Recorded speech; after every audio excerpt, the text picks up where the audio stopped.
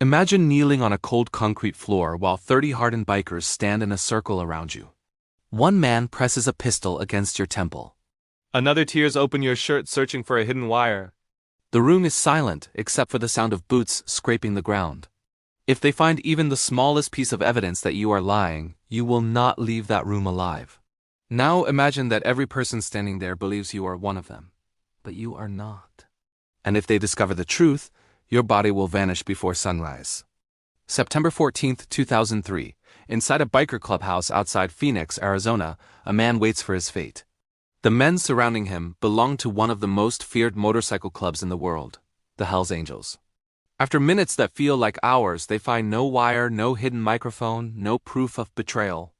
One biker nods to the others. The vote is taken. A patch is stitched onto the back of the man's jacket.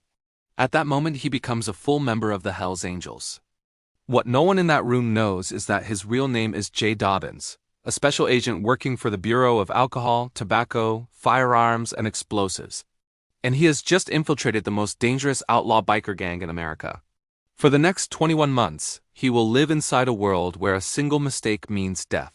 But the most dangerous enemy he will ever face is not the gang he infiltrates. It is the institution that sent him there. Jay Dobyns began his career decades earlier with the kind of determination that makes legends and destroys ordinary lives. Just days after starting his job as a federal agent, he was already facing the kind of violence most officers encounter only once in a lifetime. During an early operation in Arizona, a suspect fired a .38 caliber round into his chest. The bullet tore through his lung and left him bleeding on the floor. Surgeons fought to keep him alive.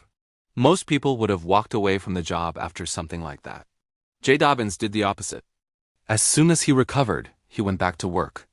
Over the following years, he built a reputation inside law enforcement as one of the most fearless undercover agents in the country. He infiltrated gun trafficking rings, violent gangs, and criminal networks across the Southwest. Each assignment carried risks that most people could barely imagine. But those risks gave him something valuable: credibility. In the criminal underworld, trust is not built with words, it is built with scars. Dobyns had plenty of those. He survived violent confrontations, undercover drug deals, and situations where a single wrong word could get him killed. Criminals began to believe he was exactly what he pretended to be: a man comfortable in chaos.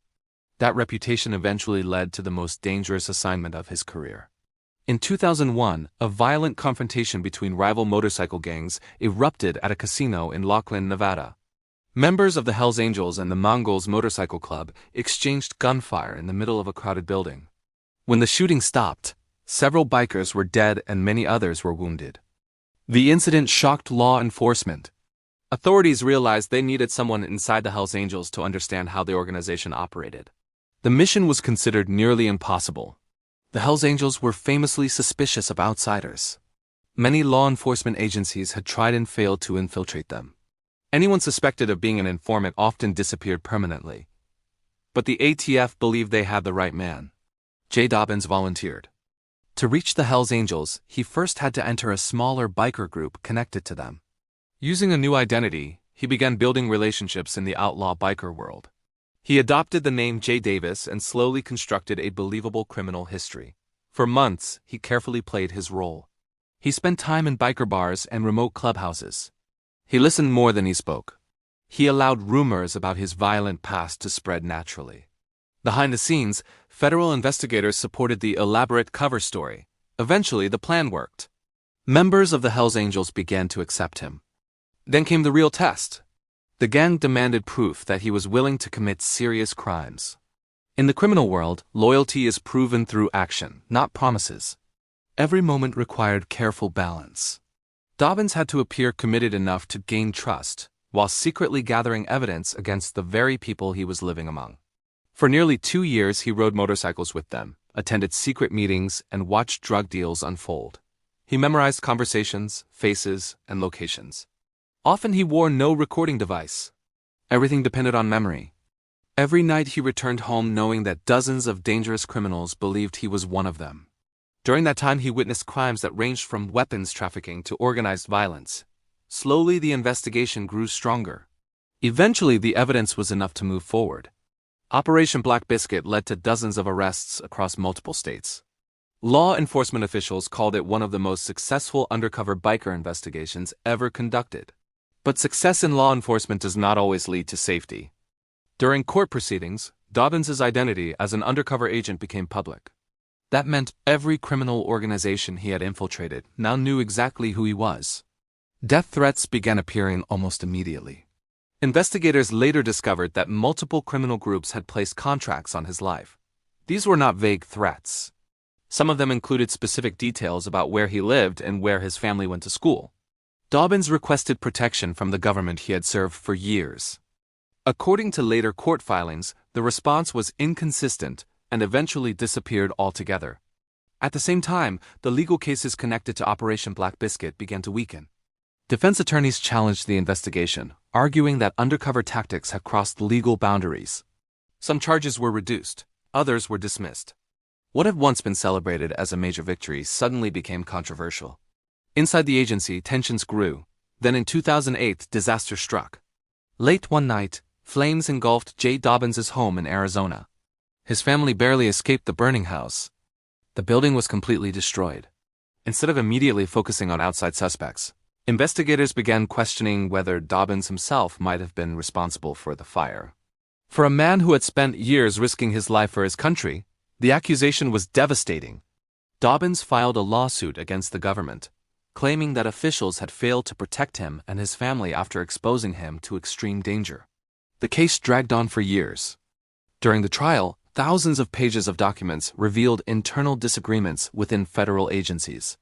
Some records suggested that the government had not provided the level of protection previously promised. In 2014, a federal judge criticized the government's handling of the situation and ruled that officials had failed in their duty of care toward Dobyns and his family. For a moment, it appeared that justice had been served.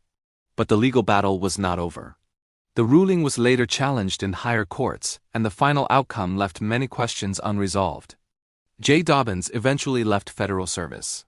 His career, once defined by undercover operations and dangerous missions, ended not in celebration but in controversy. Yet his story remains one of the most remarkable undercover operations ever attempted. For nearly 2 years he lived inside one of the most feared motorcycle gangs in the world. He gathered evidence that led to dozens of arrests. He survived a world where loyalty is enforced through violence and betrayal is punished without mercy. But the most difficult battle he faced was not against criminals. It was against the system he believed would protect him. Today, the documents from the case still exist in public records. Investigators, journalists, and historians continue to study them, trying to understand exactly what happened during and after Operation Black Biscuit. Some believe Dobyns was treated unfairly, others argue the situation was far more complicated. But nearly everyone agrees on one thing. Few undercover agents have ever gone deeper into the criminal world than he did. And even fewer have returned to tell the story. Yet one mystery still lingers. During the investigation, Dobyns gathered information about criminal networks that stretched far beyond the Hells Angels themselves, connections that reportedly reached into multiple organized crime groups operating across state lines. Many of those details were never fully revealed in court, which raises an unsettling question. If the full truth about those networks ever came to light, what else might it reveal about the hidden world Jay Dobyns once lived inside?